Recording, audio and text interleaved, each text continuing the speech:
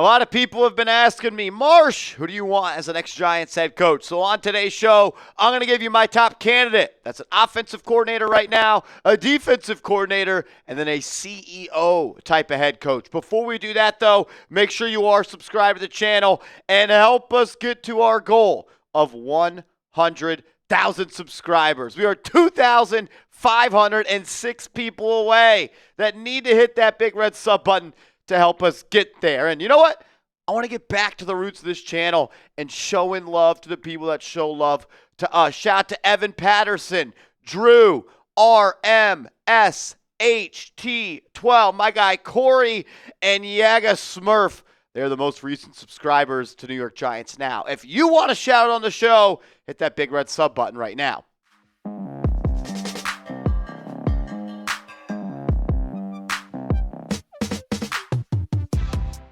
This is New York Giants Now by Chat Sports. I am your host, Marshall Green. Appreciate everybody for stopping by. Let's dive into it. An offensive-minded head coach, a defensive-minded head coach, and a CEO type of head coach I believe the New York Giants must interview. Let's start on the offensive side of the ball. Klint Kubiak, the offensive coordinator for the Seattle Seahawks. He is at the top of my list when it comes to offensive minds to be the next head coach for the New York Giants. I absolutely love what he is doing with the Seahawks offense. He had a quote this year where he said, we want to find players that are smart, tough, and physical. Smart, tough, and physical. Not smart, tough, and dependable, but smart, tough, and physical. And I love the way that he has developed and taken Sam Darnold to the next step, but how he goes about running an offense. And he has this Seahawks offense humming right now. They are averaging 29.4 points per game, the third most in the National Football League. And he has multiple years of play calling. He was the play caller in 2021 for the Minnesota Vikings, and he was the play caller last year for the New Orleans Saints. And he's got that NFL bloodline, NFL royalty. His dad, Gary Kubiak, longtime Texans head coach and Super Bowl winning head coach for the Denver Broncos. If I'm looking to hire a head coach, an offensive guy is somebody I am interested in because I want that head coach to be married to Jaxson Dart and to get the most out of him. And that is what Kubiak is doing right now as the offensive coordinator for Sam Darnold. Look, Darnold is an extremely talented player. We know that. Third overall pick, had a hell of a year for the Minnesota Vikings last year, but he is playing at an even better rate this year. The interceptions are a little bit high right now because he threw, I think, 4 of those things last week versus the Los Angeles Rams, but the completion percentage is awesome. He's averaging 254 yards per game, and he's throwing the ball down the field at an awesome rate. His average depth of target, meaning how far down the field are you throwing it per target? 9.9 yards. Sam Darnold under Kubiak, they are airing it out. But they're not a finesse offense. I want to make that abundantly clear. You look at some stats for the Seattle Seahawks. 29.4 points per game, third in the NFL. Yards per game, 6th. Points per play, number 2. Yards per play, number 3. They're good on third down. They're better on fourth down. They're good in the red zone, and they're top 6 in touchdowns per game. Something that I knew, like my eyes told me this when I would watch the Seahawks play football, but when you see numbers, it kind of adds color to the picture. The Seahawks play a smash-mouth brand of football. They want to run the ball through your face. Their rush play percentage, it is the highest in the NFL. They tote the rock at almost a 52% clip, and they don't even run it all that well. 3.8 yards per rush. Coming to the Giants, you have Cam Skadby on an offensive line with Tyrone Tracy. I think you'll be able to run the ball even better. They run the ball the most when it comes to rushes per game. They are 14th in rushing yards per game, and they are 6th in rushing TDs per game. When it comes to their passing offense, they do it at actually the lowest rate in the NFL. But think about this. They throw the ball at the lowest rate in the NFL, but they have the 4th most passing yards per game. They have the 29th most passes per game, and they have the number one yards per pass. So when they pass, they make it count. They play at under center, something Dart would have to grow to be better at. But I believe Kubiak could maximize Jaxson Dart. And I think there could be somewhat of a marriage of what Kubiak wants to do and his idea of what an offense looks like and what Jaxson Dart excels in. Maybe more quick game, maybe more in the shotgun looks. Look, Dart was someone that wants to throw the ball down the field. He's gotten accurate and more accurate as the weeks have gone on, but I love having a run-first mentality around Jaxson Dart, bringing that physicality to the football field. Kubiak does that. Of all offensive-minded coaches that we've talked about and heard about, he's number one on my list. Let's go to the defensive side of the ball and Chris Shula. I have taken a deep dive into the man and the coach of Chris Shula over the last couple of days, and he has passed Jeff Hafley, who was my number one defensive coordinator type of head coach candidate, and now Chris Shula, the current defensive coordinator for the Los Angeles Rams, is number one on my list. He has that defense in LA playing lights out, and he actually got the best of Klint Kubiak this past Sunday when those two NFC West teams squared off. He made it tough for them to run the ball. He made it tough for Sam Darnold to do what he does, and he had a lot of success, and he's had a lot of success this year.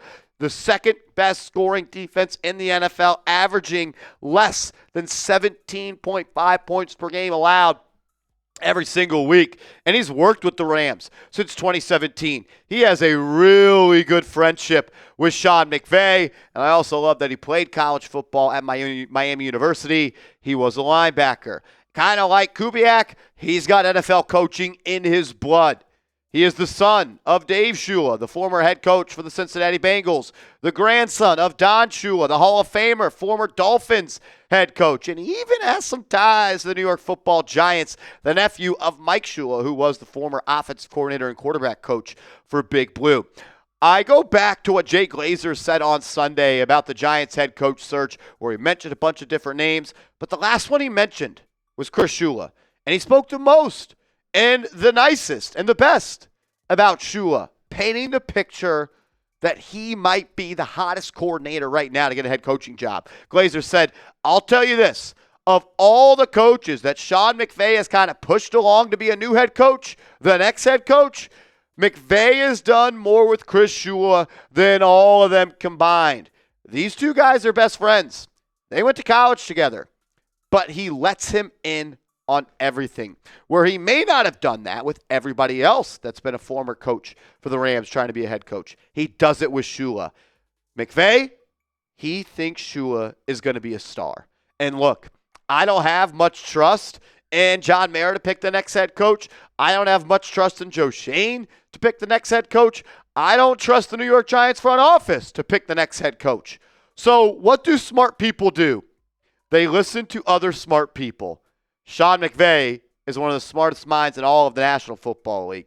If he thinks Chris Shula is going to be a damn good head coach, I think Chris Shula is going to be a damn good head coach, and I would go out and hire him as he is number one on my defensive-minded head coach candidate list. This Rams defense has been amazing this year. 13th in opponents' yards per game. Number one in opponents' points per play. Number two in opponents' points per game. Their third down defense, the fifth best in the NFL. Fourth down defense, 13th best in the NFL. Red zone scoring defense, number two. That is what you thought you were getting in Shane Bowen, but it's actually in Chris Shula. Look at some more defensive stats as well. They have been awesome against the run this year, allowing just 3.9 yards per rush, the seventh best in the NFL. They allow less than half a rushing TD per game, the second best number in the National Football League. And when it comes to the pass, the numbers aren't nearly as good, but still good. Yards per pass allowed, 6.6, the seventh best in the NFL. Teams pass on them a lot, mainly because the Rams are playing in the lead and they can't run the football, but they force turnovers. Opponents' interceptions thrown, 8th in the league. And they have a sack percentage of 16th best. And they have one of the least blitz-heavy teams in the NFL. They're at the bottom of the league when it comes to blitz percentages. So he knows how to manufacture pressure without bringing extra bodies. Likes to play a little 3-3-5 on defense. He gets sticky with the personnel groupings. He's got some of that Wade Phillips in him as well. I'm a big fan of Shula, and I would lean towards him being the next head coach for the New York Giants at this point. But if you're going to hire a defensive-minded head coach, you got to hit a home run at the offensive coordinator spot. And I think there's two ways that he could go. Look, there's two ways that I think he could go right now that makes sense as I'm filming this video in November, but things can change. Option number one, I don't hate keeping Mike Kafka as the offensive coordinator. Now, would Mike Kafka want to stay as the OC after he was the interim head coach for 7 games and then he didn't win that job? Maybe not. So I don't mind the idea of Mike Kafka sticking around, continuing to build that chemistry and continuity with Jaxson Dart as he has this year. I thought Dart has looked good with Kafka. I think Kafka's going to do a good job of that. Or just steal a Rams offensive staff member when you leave LA and bring him with him, someone that's been learning under Sean McVay. And let's just try to make Sean McVay East Coast. I think that could make some sense. So Chris Shula, he's at the top of my list as well. We got one more coach to talk about and some final thoughts. But first, I got to give a shout out to our proud sponsor of today's show. That is Prize Picks. Easy and exciting daily fantasy. America's #1 fantasy sports app. So easy to play. All you do is create a lineup of 2 to 6 players. You simply pick more or you pick less on their projected stat line. And when you use the promo code CLNS, and you play your first $5 lineup, they're going to get you $50 in lineups.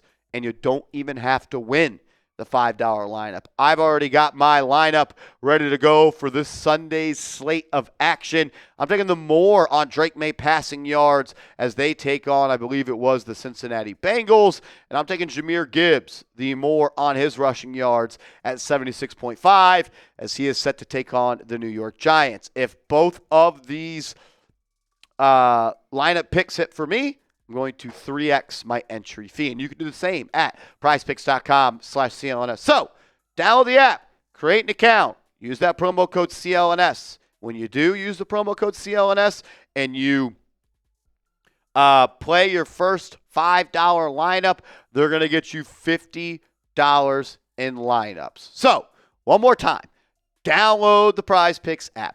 Use that promo code CLNS. And you're going to get $50 in lineups when you use your first $5 lineup. I don't know how realistic this one is at all, but when it comes to a CEO type of head coach, somebody that's not going to coach the offense, somebody that's not going to coach the defense, they oversee everything, and they are a culture setter, Dan Lanning is #1 on my list. And look, I get it. Is he going to leave Oregon? Would he leave Oregon? Why would he leave Oregon? I don't know.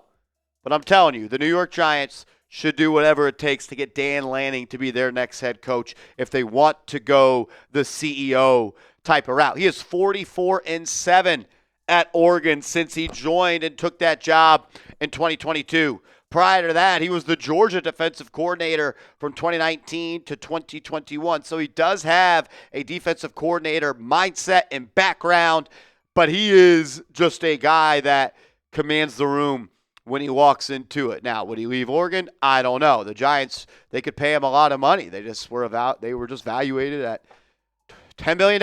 Like, money talks. And Dan Lanning, maybe he wants to be an NFL coach. I don't know. When I think of Lanning, some words that come to my mind: leader, culture setter, commands respect, a winner, smart, innovator, someone that can get the most out of his players. Someone that I believe young people look up to and respect as well. And I think that may matter a little bit more in college football, but the NFL is getting more and more like college every single year. Lanning would be at the top of my list when it comes to CEO type of hires. And there's been a lot of comparisons from Dan Lanning to Dan Campbell. Lanning is an extremely aggressive coach. He loves to go for it on 4th down. He is very confident. He is outspoken. He believes in his players almost to a fault, like Dan Campbell does sometimes with his 4th down decisions. But if you want to go a CEO guy, a guy that can fix your organization, implement a culture, hold every single player accountable, and B, that overarching head coach, Dan Lanning, is that guy for me. So we've talked about an offensive coordinator, a defensive coordinator, and a CEO type of guy. I've given you my thoughts. I want to get yours in the comments. Pick a head coach. We've talked about 3. It's your time to pick one at this point. I think there are pros and cons to all 3 of these coaches. You go with, at the start, Shula and Kubiak. They've never been head coaches before. The Giants have gone that route the last couple of hires, and it hasn't really worked out. For Dan Lanning, he's never been an NFL head coach before, and it sounds like the Giants want more of an experienced guy in that role. One thing that I get a little bit concerned about with a defensive-minded head coach is you got to nail the offensive coordinator hire. And then if you do nail it and they produce well, they're just going to leave you to go be a head coach somewhere else, and then you got to rehire another slam dunk at the offensive coordinator spot. When it comes to Kubiak, would he be able to nail the defensive coordinator hire? Is he going to be able to build a staff? I worry about all that with all these guys, but I love how Kubiak and Shula, they've got NFL head coaching royalty in their blood. I think that matters to somebody like John Mara, and maybe they are a little bit outside the box, and Lanning is way outside the box. But if the Giants were to hire any of these 3 men, I would be extremely, extremely pleased. Make sure you are following me on social media. Make sure you have subscribed to the channel. We are on the road to 100,000 subscribers. Hit that big red sub button, and let's go.